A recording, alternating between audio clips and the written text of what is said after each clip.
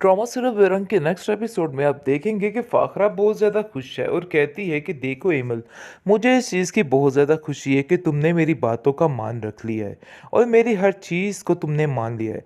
जिस पर एमल कहती है कि आप लोग हमारे लिए इतना कुछ कर रहे हैं तो आखिर इतना तो बनता है, क्योंकि एमल को भी अपनी हर गलती का एहसास हो चुका है।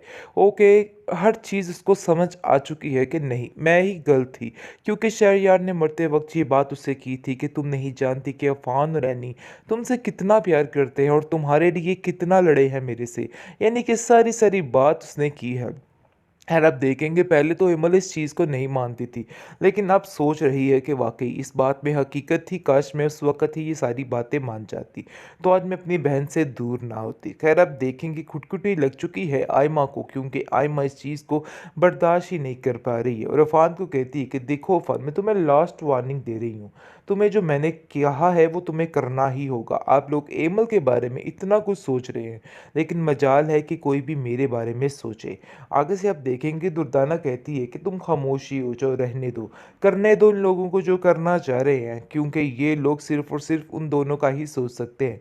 हम ही बेवकूफ़ थे, सारी ज़िंदगी इनकी खिदमत करते रहे और सोचते रहे कि ये लोग हमारे सगे निकलेंगे, लेकिन देखो भाई, ऐसा कुछ भी नहीं निकला। इन लोगों ने हमें धोखा दे ही दिया, आखिर अपना काम कर ही दिखाया। जिस पर फाकरा कहती है कि किस धोखे की बात कर रहे हो, किन चीज़ों की बात कर रहे हो। मैंने आज तक आप लोगों का जितना किया है इतना कोई भी नहीं कर सकता है। और ये बात ज़हन में रखना, हर चीज़ में तुम्हारी सुनकर मैंने अपने घर का माहौल ख़राब किया है, लेकिन अब ऐसा कुछ नहीं होने वाला। मैं अपने घर के माहौल को कभी ख़राब नहीं करूँगी और रेमल कल भी मेरे घर में आ सकती है, बिल्कुल ऐसे कि जैसे अपनी माँ के घर आ रही है, और ये बात आप दोनों में से कोई भी नहीं भूलेगा। ये बात अपने ज़हनों में बिठा के रख लें। कुछ देखा है, मुझे यकीन ही नहीं आ रहा कि आखिर मैंने क्या देखा है। अफान भी वही बात आकर अपनी माँ से करता है और कहता है कि मुझे ये हालात कुछ ठीक नहीं लग रहे। बस आप जितनी जल्दी हो सके इस लड़की की शादी कर दीजिए और इसको यहाँ से रुखसत कर दीजिए।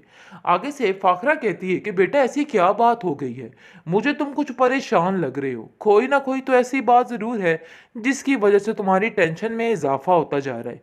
जिस पर आप देखेंगे कि वो कहती है अपनी, यानी कि मुझे तुम बता सकते हो। अफान कहता है कि बात यह है कि वो लड़की ठीक नहीं है, उसकी हरकतें मुझे कुछ बेहतर नहीं लगती। बस मैं आपसे यही कहना चाहता हूँ कि जितनी जल्दी हो सके ये फैसला कर डालें आप। आगे से वो कहती है कि मैं जाकर दुर्दाना से बात करती हूँ और बहुत ही जल्द तुम्हें इस चीज़ का बता दूंगी और देख लेना कि मैं सब कुछ ठीक कर दूंगी। तुम बिला वजह इस बातों को लेकर परेशान मत हो। जिस पर उसे काफ़ी तसल्ली हो जाती है।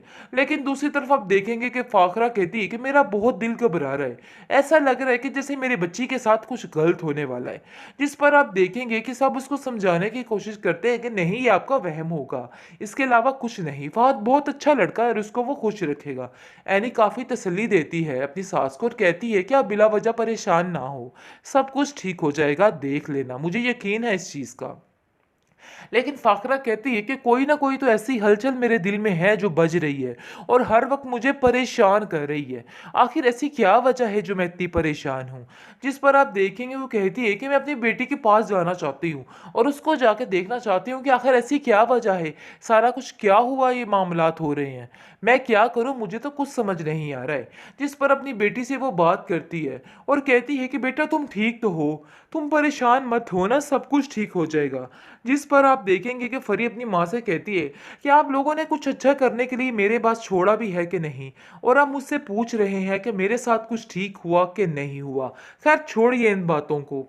आयमा की मकारियां सर चढ़ के बोलने लग चुकी हैं और तंग आ चुका है बेचारा फान इसकी इस हरकतों की वजह से।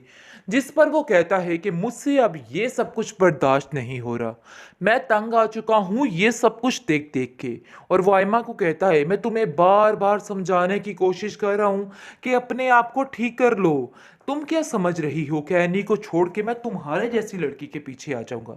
देखो ऐसा वैसा कुछ भी नहीं होने वाला, अगर तुम ऐसा सोच रही हो तो अपने दिमाग से निकाल दो। मैं आज ही बात करता हूँ कि तुम्हारी शादी कर दी जाए। जिस पर आप देखेंगे कि वो उसको कहती है कि पहले जाकर अपनी एमल भाभी की शादी करवाओ और फिर मेरे बारे में सोचना। पता नहीं क्यों तुम्हें बार बार मेरी ही तरफ ध्यान जा रहा है। तुम एनी को क्यों नहीं देखते, एनी के साथ भी तो तुमने ऐसे ही किया था, लेकिन अब मेरी दफा तुम लोग लोग ऐसे कर रहे हो, ऐसे मुझे अकेले छोड़े और इस घर से निकालने की बातें कर रहे हो। आगे से वो कहता है कि एमल भाभी को छोड़ो, उनके लिए जो होगा बड़ा बेहतरीन होगा, तुम्हें इन सब बातों को लेकर परेशान होने की जरूरत नहीं है। घर आके अफान अपनी खाला से कहता है कि जितनी जल्दी हो सके अपनी बेटी का रिश्ता तलाश करना शुरू कर दीजिए, क्योंकि मैं तंग आ चुका हूं, कभी वो एमल के पीछे और कभी एनी के पीछे खवार होती रहती है। पता नहीं कब उसका दिमाग ठिकाने पर आएगा। दुर्दाना कहती है कि वाह भाई वाह, आप दोनों माँ बेटा ने तो ये ठान ली है कि जितनी जल्दी हो सके मेरी बेटी को इस घर से निकाल देंगे। ऐसा आप कैसे कर सकते हैं? मैं ये चीज कतई बर्दाश्त नहीं कर सकती। ऐसा तो मैं नहीं होने दूंगी, क्योंकि दुर्दाना अपनी बेटी के साथ मिलकर और ही जाल बिछाना चाह रही है, और ही चालें चल रही है। वो तो जान ही नहीं सकती कि ऐसा होगा। जिस पर फाखरा को कहती है कि मैं तो ऐसा नहीं होने दूंगी, मेरी बेटी इस घर में बड़े सुकून के साथ है। लेकिन फाखरा कहती है कि मैं बहुत जल्द ये फैसला करने वाली हूँ, और ये बात तुम भी अपने दिमाग में बिठा लो और इन बातों की अब तैयारियां शुरू कर दो, क्योंकि मैंने जो कुछ देखा है मुझे यकीन ही नहीं आ रहा कि आखिर मैंने क्या देखा है। अफान भी वही बात आकर अपनी माँ से करता है और कहता है कि मुझे ये हालात कुछ ठीक नहीं लग रहे, बस अब जितनी जल्दी हो सके इस लड़की की शादी कर दीजिए और इसको यहाँ से रुखसत कर दीजिए। आगे से फाखरा कहती है कि बेटा ऐसी क्या बात हो गई है, मुझे तुम कुछ परेशान लग रहे हो, कोई ना कोई तो ऐसी बात जरूर है जिसकी वजह से तुम्हारी टेंशन में इजाफा होता जा रहा है। जिस पर आप देखेंगे कि वो कहती है अपनी, यानी कि मुझे तुम बता सकते हो। अफान कहता है कि बात यह है कि वो लड़की ठीक नहीं है, उसकी हरकतें मुझे कुछ बेहतर नहीं लगती, बस मैं आपसे यही कहना चाहता हूँ कि जितनी जल्दी हो सके ये फैसला कर डालें आप। आगे से वो कहती है कि मैं जाकर दुर्दाना से बात करती हूँ और बहुत ही जल्द तुम्हें इस चीज़ का बता दूंगी, और देख लेना कि मैं सब कुछ ठीक कर दूंगी।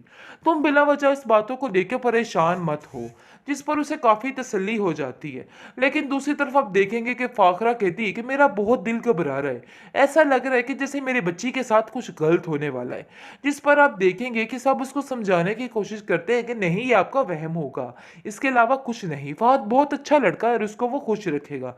एनी काफ़ी तसल्ली देती है अपनी सास को और कहती है कि आप बिला वजह परेशान ना हो, सब कुछ ठीक हो जाएगा, देख लेना, मुझे यकीन है इस चीज़ का। लेकिन फाखरा कहती है कि कोई ना कोई तो ऐसी हलचल मेरे दिल में है जो बज रही है और हर वक्त मुझे परेशान कर रही है। आखिर ऐसी क्या वजह है जो मैं इतनी परेशान हूँ? जिस पर आप देखेंगे वो कहती है कि मैं अपनी बेटी के पास जाना चाहती हूँ और उसको जाके देखना चाहती हूँ कि आखिर ऐसी क्या वजह है, सारा कुछ क्या हुआ, ये मामलात हो रहे हैं, मैं क्या करूँ, मुझे तो कुछ समझ नहीं आ रहा है। जिस पर अपनी बेटी से वो बात करती है और कहती है कि बेटा तुम ठीक तो हो, तुम परेशान मत हो ना, सब कुछ ठीक हो जाएगा।